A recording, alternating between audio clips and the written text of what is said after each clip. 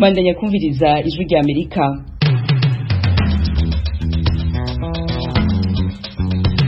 Radio ijwi rya Amerika isamira na Washington DC mu Kirundi no mu Kinyarwanda. Mu Burundi muyumva ku mirongo migufi ya shortwave kuri metero 19 na 22.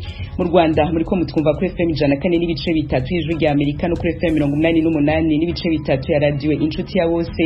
Ikaze makuru yo kuri no mugoroba mugiye gushikirizwa na Jewe Diana Nirinahazwe.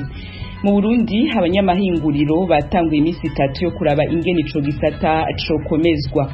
Mwebwe abagwizatunga ni mwebwe musigura neza musigurira abandi banyamitahe bo hanze ko bashobora kuzana imitahe yabo mu gihugu cacu bakabona n'ivyo bokora. Uyu ni perezida w'u Burundi Evariste Ndayishimiye igihe yariko yugurura urwo ruganda rw'imisi 3. Banyene amahinguriro bo bavuga ko bakidindizwa n'utugorane muza kumva handi hato. Umushinga amateka wa Amerika yasavye perezida w'u Rwanda kurekura Paul Rusesabagina. U Rwanda rwo ruvuga ko ubutungane bugomba gukora akazi kabwo kuko bwigenga. Ibi vyose turabirambura mu kanyisase mu hafi ya radio yanyu. Perezida w'Ufaransa Emmanuel Macron yanduye virusi ya corona naho Ubushinwa bwiteguriye kwakira mu kwezi kuza umurwi mpuzamakungu uzokora amatohoza ku mamuko y'ikikiza. Thomas Kamirindi nivyatubwira. Guverinoma y'Ubufaransa yabinyujije mu itangazo ivuga ko Macron yari yatangiye kugaragaza ibimenyetso bya mbere maze abaganga bamupimye basanga koko yarafashwe. Itangazo risobanura ko azaba mu kato iminsi 7 ariko ko muri icyo gihe azakomeza gukora akazi ke ariwe mu rugo. Perezida Macron abaye umwe mu bategetsi bo ku isi barwaye COVID, barimo Perezida wa Leta Zunze Ubumwe za Amerika Donald Trump, Perezida wa Brazil Jair Bolsonaro, Perezida wa Algeria Abdelhamid Tebboune na Minisitiri w'Intebe w'Ubwongereza Boris Johnson. Hari n'abandi yahitanye nka Minisitiri w'Intebe w'Ubwami bwa Eswatini Ambroise Dlamini na Perezida w'Inteko Ishinga Amategeko ya Burkina Faso Marie-Rose Compaoré. Hagati aho OMS ishami ry'umuryango w'abibumbye ryita ku buzima iratangaza ko izohereza itsinda ry'abahanga bayo 10 mu Bushinwa mu cyumweru cya mbere cy'ukwezi gutaha gukora anketi ku mavu n'amavuko ya virusi ya corona. Bagomba kureba uko iyi ndwara yadutse, aho yadukiye n'uburyo yakwirakwiye. Abashakashatsi bavuga ko virusi ya corona yadutse bwa mbere na mbere mu mujyi wa Wuhan hagati mu Bushinwa mu kwezi kwa 12 ku mwaka wa 2019. Kuva icyo gihe COVID-19 imaze kwica abantu barenga 1,600,000 ku isi yose. Leta Zunze Ubumwe za Amerika niyo iri ku isonga imbere y'ibindi bihugu byose n'abantu barenga 300,000 COVID-19 imaze kwica. Perezida w'Uburusiya Vladimir Putin yahakanye ko hari uruhara yagize ku vyerekeye uburozi umunyapolitiki atavuga rumwe na leta Alexei Navalny yahawe. Fidel Niyongabo abandanya. Perezida Putin yateye ivyatsi tohozwa ryakozwe n'itangazamakuru ryadomye urutoke kubagize uruhara kw'isumu yahawe Navalny. Amakuru yatangajwe n'ibinyamakuru avuga ko vyakozwe n'abajejwe umutekano w'igihugu. Mu vyo yatangaje mu kiganiro yamaha abamenyesha makuru ku mwaka utashe, Putin avuga ko ivyatangajwe n'ibinyamakuru ari rementanye. Yavuze ko Navalny atarahambaye bihagije ku buryo yari gukorerwa ibintu nk'ivyo, ko gusa yafashwe mu mugongo n'inzego zijejwe iperereza za Amerika. Navalny yakizwe n'amagara ku itariki 20 y'ukwezi k'umunani k'uyu mwaka igihe yari mu ndege mu kirere ca Siberia mu gihugu ciwe. Yajanywe mu bitaro yataye ubwenge mu gihugu c'Ubudagi kugira avugwe imisi 2 inyuma yaho. Ibigo bigirisha ibipimo vyo mu bihugu vy'Ubudagi, Ubufaransa n'Ubusweda vyasanze yahawe isumu ikoreshwa nk'ikigwanisho cicisha imyuka citwa Novichok cakoreshwa mu gihe c'Abasoviet. Barakoze bagenzi bacu kuri amakuru yose bahejeje kudushikiriza. Yose mushobora kongera gusubira kuyumva kuri wezi 3 akaburungu radio yacu VOA@kaburungu.com, adresse ya YouTube yacu, Instagram na Facebook ni VOA radio yacu. Mukanya twerekeza mu karere k'ibiyaga bigari. turahera i Bujumbura mu Burundi hatanguye ihayanishwa ry'imisi 3 ryerekeye ibikorerwa mu mahinguriro yo mu gihugu na mpuzamakungu Salon Industriel. Perezida Evariste Ndayishimiye ayugurura yamenyesheje ko leta yiteguriye gufata mu mugongo amahinguriro, abafise ayo mahinguriro nabo bamubwira ko bagifise utubazo tubadindiza mu kazi kabo. Inkuru ya mugenzi wacu Desire Hatungimana ari Kigali mu Rwanda. Muri iryo huriro ry'abagwizatunga bafise amahinguriro ririko rirabera mu hoteli Club de Lac Tanganyika, umukuru w'igihugu cy'u Burundi Evariste Ndayishimiye yamenyesheje abari bitabiriye iryo huriro ko ata gihugu gishobora gutera imbere kidafise amahinguriro yifashe neza. Yamenyesheje ko leta iriko irakora ibishoboka vyose kugira abashaka gushinga amahinguriro boroherezwe mu ntumbero yo gukora bunguka. Evariste Ndayishimiye arashikiriza ibimaze gukorwa na leta y'u Burundi. Leta yo yarakoze uko ishobora kugira ngo ishira bene igihugu ku kivi, kugira ngo namwe mwebwe muhingura muronke ivyo mushobora guhingura. Twarakoze ibishoboka byose kugira ngo nabo bene igihugu tubegiranirize mu makoperative, kuko amakoperative nayo aratuma umwimbu uduga. Leta kandi yaragerageje kwagura akarere kugira ngo ivyo mwahinguye bironke isoko. Leta kandi iguma ishiraho amategeko yorohereza abagwizatunga, kuko namwebwe mutegerezwa kubona yuko mufise umwizero mu vyo mukora. Kugira rero ico gisata gitera imbere, umukuru w'igihugu cy'u Burundi arafise ivyo asaba abagwizatunga n'ivyo abahanura. Mwebwe abagwizatunga ni mwebwe musigura neza, musigurira abandi banyamitahe bo hanze ko bashobora kuzana imitahe yabo mu gihugu cacu bakabona n'ivyo bokora. Rero nagira ndabakebure ko mwebwe ari mwebwe muserukira igihugu mu gusigurira abanyamitahe bo hanze. Nkongera nkabasaba kandi yuko abagwizatunga mutoca ku ruhande rumukore ibihingurwa bitagira kanovera, kuko dukeneye ko mukora bishobora gutuma namwe muja mu mahiganwa mu yandi mashirahamwe y'akarere. Ikindi nohanura nuko abagwizatunga bo kwiga gukoresha ingurane mu mabanki, kuko hariho abagifise ubwoba bwo kugurana bibaza ko bohomba. Umuhinga mu bijanye n'ubutunzi Faustin Ndikumana abona ko mu gihe umugambi w'igihugu ujanye n'ingene amahinguriro akora uzoba utaraboneka, amahinguriro yo mu Burundi azogumana ibibazo kandi ariyo yari isoko giterambere. Hari haratangwa umugambi wo gushira ico bita politique nationale d'industrialisation, umugambi w'igihugu ujanye n'ingene z'amahinguriro vyo kugwa byose kuraba ubushobozi, ingene bw'amahera yoboneka, ibisata vyo Uburundi bwoshiramwo valeur ajoutée, ibisata vyo tuba amahinguriro mu Burundi acakomera kubera yo bakorera mu hantu twosha dufisa kunguko gusumba akabirya dusubya abandi, byose bakabiraba no kuraba yuko bijya bya contrôle de qualité. Rona hariho ibisata vyabira kugira vyahinguwe bijanye n'ibikora ibyangombwa kugira abantu baze barahingura ibintu kumbure bidakwije ibyangombwa kidashobora no kuronka amasoko. Bijanye no kubiza amahinguriro utavyitondeye urashobora kubihomberamwo ugashyiramo umutahe mwinshi, mugabo wakora ibintu ibyangombwa bidakwiye ntibironka isoko canke bigasanga biriko biyicira abantu ubuzima canke. Nabene amahinguriro bamenyesha ko hakiriho intambamye zibabuza gukora batera imbere. Olivier Suguru arongoye ishirahamwe ry'amahinguriro mu Burundi aragaruka kuri zimwe. Igisigaye gukorwa nuko hari umuyaga nkuba atari mwiza, umuyaga nkuba nawo bikaba biva ku bintu by'amarinye de transmission, bimwe biyama insinga zitwara umuriro, aho tubajije muri za jize zatubwira yuko ibyo bintu biriko birigwa kugira ngo babihindure.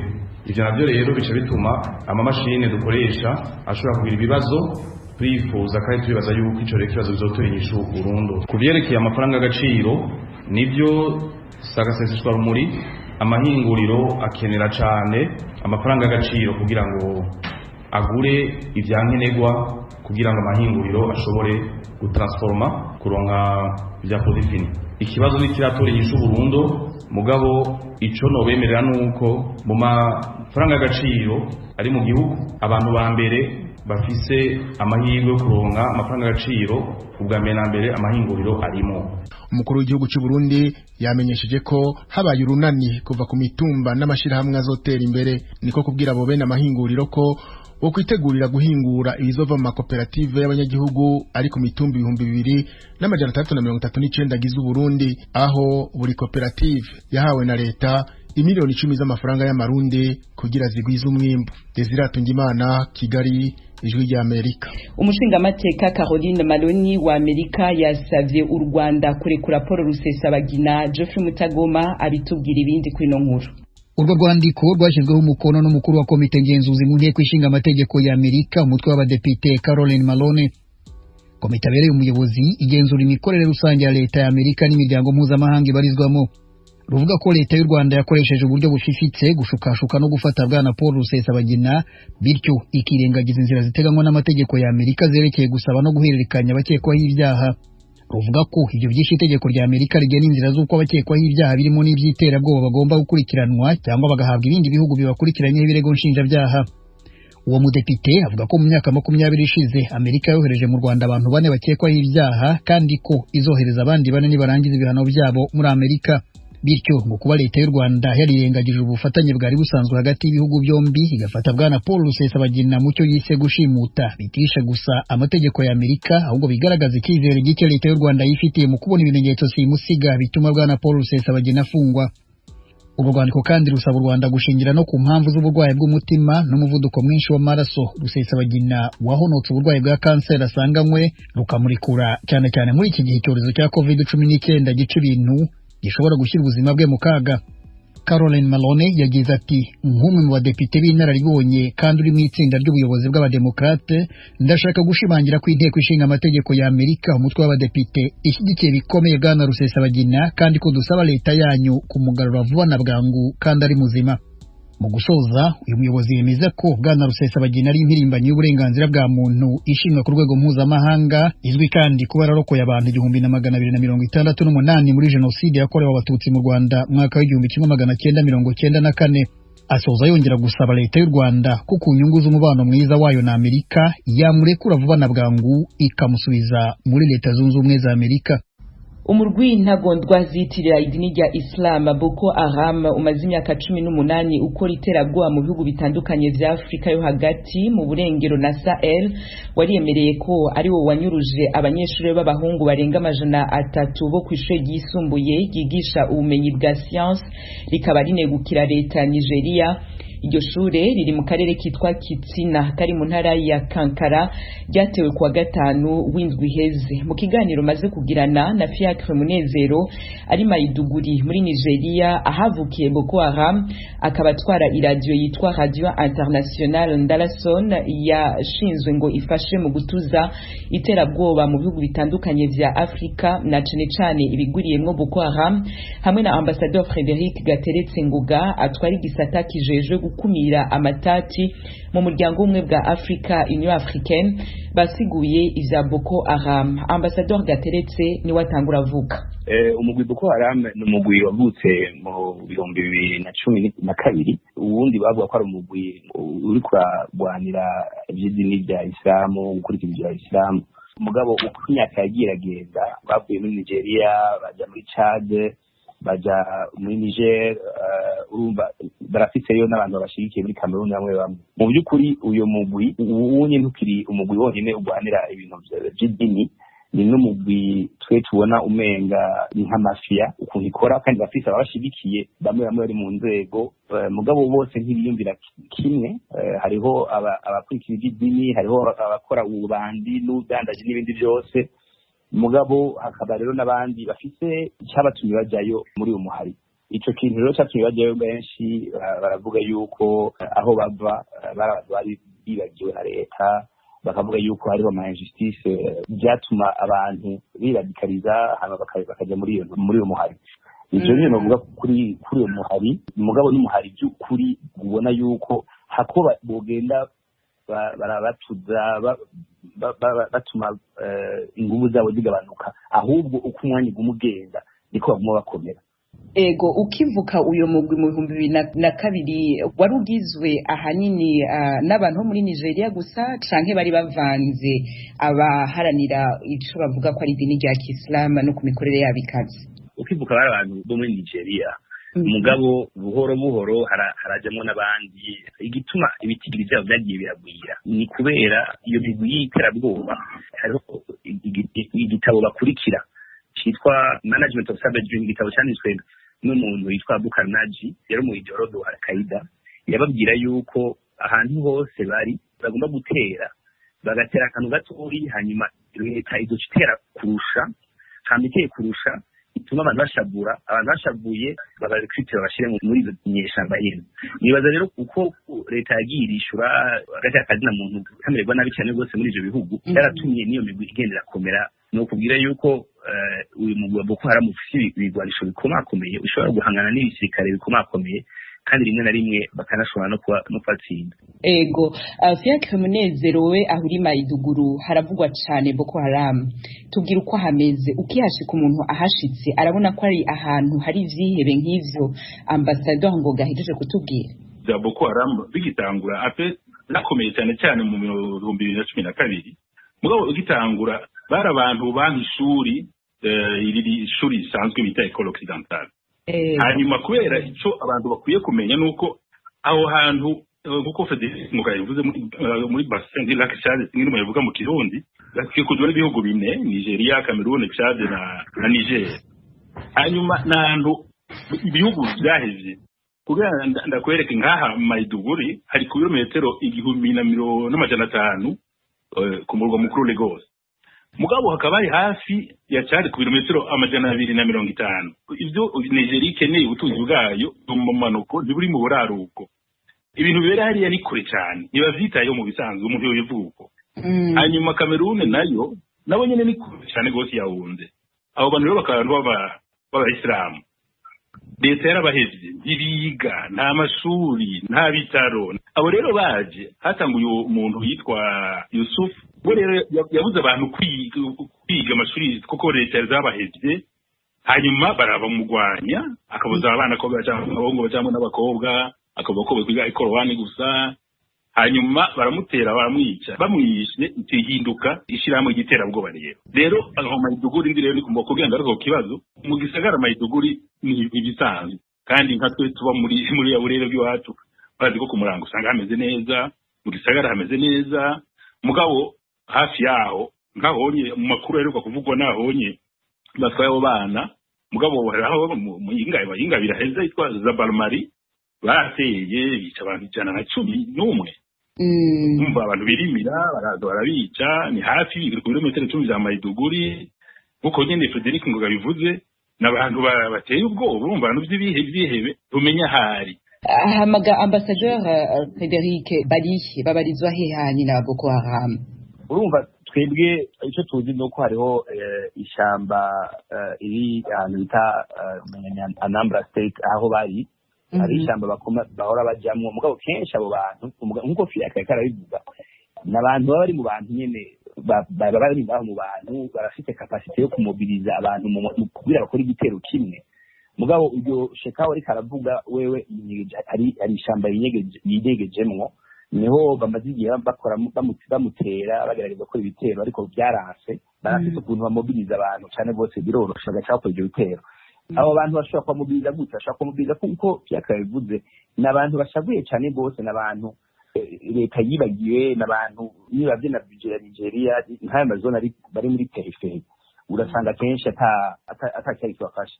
Muganagana bibutse n'ikindi kintu, naho batwaye n'umunsi abahungu bashika 300, haracyariho n'abo bakobwa banyuruzwa aho bita Chibok girls. Gushika n'ubunya hariho bamwe batoye n'abandi bataratora.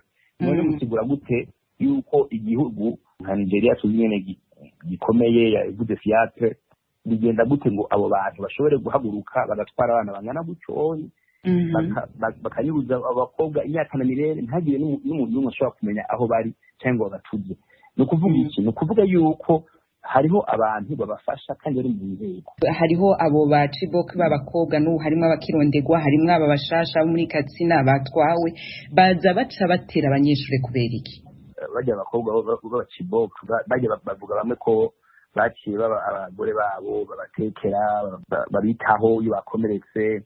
Abo bandi nabo b'abahungu baca babahindura abagwanyi, kenshi nibo bashaka. Mugabo hari ikindi kintu gihambaye gituma batera abanyeshuri. twese ababyeyi igihugu nta kintu kibabaza igihugu nk'iyo abana banyurujwe bagatwarwa gutyo onye kenshi ni kugira ngo berekane yuko bakihari kandi yuko leta igomba guhangana nabo. Fiacre Munezero, irumva n'ikibazo gishobora no kubarizwa mu miryango ngira ngo nkumbure abana bagakura bazi ingene bitwara niki aho mugenda gukorera ibiganiro muri ayo maradiyo yanyu ariko arafasha mu kurwanya rino terabwoba, imiryango mubona babizi iki kibazo, babona ko ari ikintu babwirizwa nimba babonye ico bikeka bakakivuga? Biragoye Diane ibintu byo muri kano karere. Urumva mumenya yuko abo bantu bangwa cyane uko bivugwa mu maradiyo dubimenye nge n'abantu 100% zaho bantu n'abayisilamu. Hanyuma leta umva zarahevye mu byo tuhora twumva nko mu gice cya Chad barabahevye ku buryo bakoresha n'amahera muri Nigeria naira ntibazi ifaranga ry'uwari nyene risa.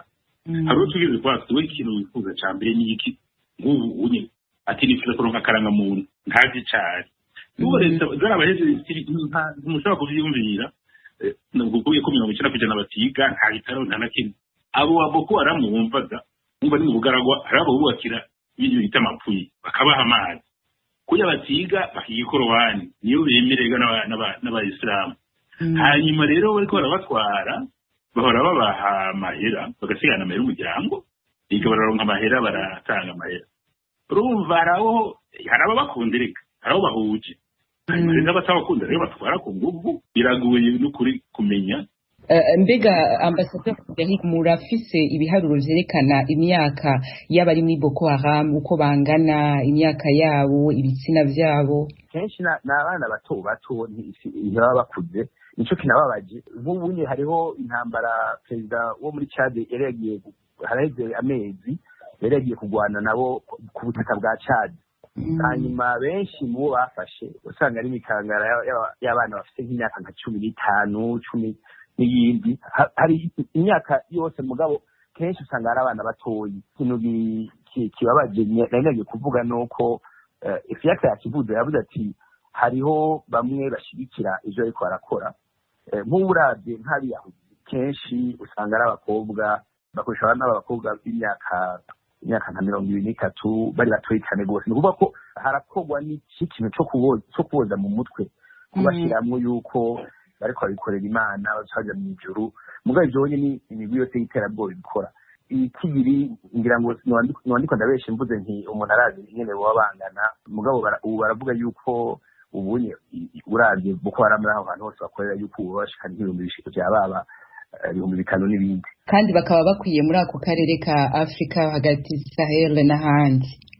Gome hanyuma nka igisata c'ijwi rya Amerika aho muri Nigeria mu rurimi rwa Hausa kiravuga yuko abakoze kiriya gitero giheruka kwera Gatsina baje bagikora bari ku mamoto. Umuntu akibaza ati abantu bari ku mamoto bagatera bagatwara abana bagira mu